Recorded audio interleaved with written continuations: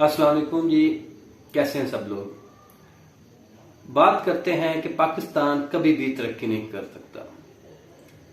कभी भी का मतलब ये नहीं कि बिल्कुल कभी भी नहीं, लेकिन इसका मतलब ये है कि जब तक कि हम अपनी रूट कॉजेज को ठीक ना करें, रूट्स को ठीक ना करें, वो जो कॉजेज अगर वो उनका सोल्यूशन ना मिले तो फिर ये पाकिस्तान कभी भी ठीक नहीं हो सकता, सिर्फ इस सूरत हाल के अंदर। अब उसकी वजह भी एक है।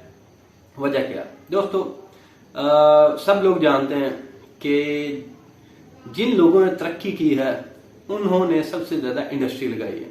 पाकिस्तान जिस टाइम तक इंडस्ट्री लगा रहा था अयूब खान के जमाने में, उससे पहले उसके बाद जो भी आने वाले सालों में, तो उस टाइम पाकिस्तान सबसे ज्यादा तरक्की करने वाला इकोनॉमिक कंट्री भी था। और दुनिया में मिसालें भी दी जाती थी कि देखें पाकिस्तान किस तरह तरक्की कर रहा है और ये एशियन टाइगर बनेगा। लेकिन अब उस बात पे आते हैं कि पाकिस्तान क्यों नहीं ठीक हो सकता। इससे पहले भी एक छोटी सी तमहीद बांधना चाहूंगा कि हमें इसके बारे में इमोशनल होकर नहीं सोचना चाहिए कि जी जिस तरह मेरे एक दोस्त ने कह दिया कि पाकिस्तान तो क़यामत की सुबह तक जिंदा रहेगा, तो ये वही आपको चीजें फीड की जा रही हैं। इमोशनल होकर सोचना चाहिए, लेकिन रियलिस्टिक भी होना चाहिए बंदे को। अगर आप रियलिस्टिकली नहीं सोच रहे तो फिर आप तो एक बबल के अंदर कैद हैं और उसी पे चलते जाएंगे। अब बात करने का मकसद ये है कि हम क्यों नहीं तरक्की कर सकते। वजह क्या है, बाकी लोग तरक्की कर रहे हैं, हम क्यों नहीं कर सकते। उसकी एक सबसे बड़ी वजह यह है कि हमारे जो लोग हैं, ज्यादातर, मैं अब किसी इदारे का नाम नहीं लेना चाहता, आप सब जानते हैं, तो ज्यादा जो लोग हैं वो इजी मनी चाहते हैं। इजी मनी, या तो कुछ लोग बिल्कुल काम नहीं करते, या जो करते हैं वो इजी मनी चाहते हैं। अब इजी मनी क्या है? पाकिस्तान के अंदर सबसे बड़ा बिजनेस जिसमें आप रातों रात भी अमीर हो सकते हैं, वो क्या है? अगर आपको नहीं पता तो मैं बता देता हूं कि वो है प्रॉपर्टी का बिजनेस। अगर आप प्रॉपर्टी खरीदते हैं, कल को उधर रोड बन जाता है, तो समझ ले आप ओवरनाइट अमीर हो गए। करोड़ों पे, लाखों की चीज करोड़ों में पहुंच जाती है। तो ये काम भी हम लोग बखूबी करते हैं। हमारे जो इदारे होते हैं जिन्होंने रोड बनाने होते हैं और इस तरह की चीजें, वो सारे यही काम करते हैं। फिर हमारा एक कब्जा माफिया जो प्रॉपर्टी के पे, जैसे बहरिया टाउन वगैरह, इस तरह के कब्जा माफियाज भी काम करते हैं। फिर इन सब से बढ़ के एक इदारा, आप समझ रहे कौन सा इदारा? वो इदारा सबसे ज्यादा प्रॉपर्टी एक्वायरिंग और कब्जा ग्रुप में भी शामिल है।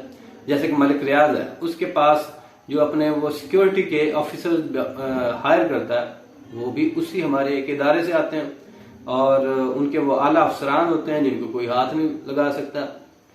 तो कहने की बात यह है, क्योंकि हमारे उस सबसे पावरफुल इदारे का स्टेक कोई नहीं है, और वो चाहते हैं कि हम ओवरनाइट अमीर हों। और दूसरी बात यह है कि अगर आप ओवरनाइट अमीर होना चाहते हैं सपोज, तो उसमें सबसे बड़ी बात यह है कि आप प्रॉपर्टी खरीदें, ये बात भी खत्म होगी। अब मुल्क को बहैसियत मजमूई क्या करना होता है? मुल्क को यह करना होता है कि इंडस्ट्री लगाए। इंडस्ट्री कैसे लगेगी? जब आप ज्यादा से ज्यादा जमीनों के रेट गिराएंगे, क्योंकि कोई भी फॉरेन इन्वेस्टर आता है या इंटरनल इन्वेस्टर, आपके लोग काम करना चाहते हैं या फैक्ट्री लगाना चाहते हैं, तो ऑब्वियसली हम उनको फैसिलिटेट करते हैं। गवर्नमेंट कैसे फैसिलिटेट करती है? रेट फिक्स करती है। जमीन के, प्रॉपर्टी के रेट्स फिक्स किए जाते हैं कि इससे इतने पे आपने मरला सेल करना है। इस वजह से प्रॉपर्टी के रेट्स गिरते हैं। जब प्रॉपर्टी के रेट्स गिरेंगे, ऑब्वियसली लोग इंडस्ट्रीज लगाएंगे, जमीन खरीदना आसान होगी और मुल्क की प्रोडक्शन बढ़ेगी, आपकी एक्सपोर्ट्स बढ़ेंगी, जीडीपी बढ़ेगी। लेकिन चूंकि हमारे कुछ इदारे, उनका वो तो खुद प्रॉपर्टी डीलर्स हैं, तो प्रॉपर्टी डीलर कब चाहेगा कि इनके रेट गिरें? वो तो हमेशा चाहेगा कि इसके रेट बढ़ें। तो आज सूरत हाल ये है कि आप इस्लामाबाद या लाहौर में चले जाएं, वही रेट आपको मिलेगा जो पाकिस्तान के एक छोटे से गांव के अंदर, बिल्कुल सेम रेट्स, हर जगह पे रेट सेम हो गए। तो ये सबसे बड़ा ड्रॉबैक है पाकिस्तान पीछे जाने का, क्योंकि ये लोग कभी भी नहीं जाने देंगे आपको, इंडस्ट्री लगाने ही नहीं देंगे। क्यों नहीं लगाने देंगे? क्योंकि अपना इंटरेस्ट इनका एट स्टेक आ जाता है। तो इसलिए पाकिस्तान कभी भी तरक्की नहीं कर सकता। जब एक इंसान का एक कल्ट कह लें या एक ग्रुप का, एक गिरोह का जब एक कब्जा हो जाता है ना एक मुल्क पे, तो वो ऐसे नहीं छोड़ता, उसके लिए फिर खूनी इनकलाब ही आता है। तो खूनी इनकलाब के लिए मेरा तो नहीं ख्याल पाकिस्तानी अभी तैयार है। अभी इमरान खान इनके आगे खड़ा हुआ, लेकिन नहीं, कुछ नहीं होगा। हिस्ट्री उठा के देखें, जो खड़ा होता है उस पे उसको उड़ा के रख देते हैं। वो किसी ने कहा था कि जिंदगी में 3 लोगों से कभी पंगा नहीं लेना चाहिए, एक औरत, एक मुल्ला और तीसरा वर्दी वाला। तो इमरान खान तीनों से लड़ पड़ा। एक अटैक उस पर हो चुका है, दूसरा भी उम्मीद है जल्दी करवा देंगे ताकि इसको रास्ते से हटाएं, मौजें करें। तो ये क्योंकि मौजें हैं, तो ये जब तक मुल्क रहेगा, इनका इंटरेस्ट रहेगा, जमीन बिकती रहेगी, सारा कुछ चलता रहेगा।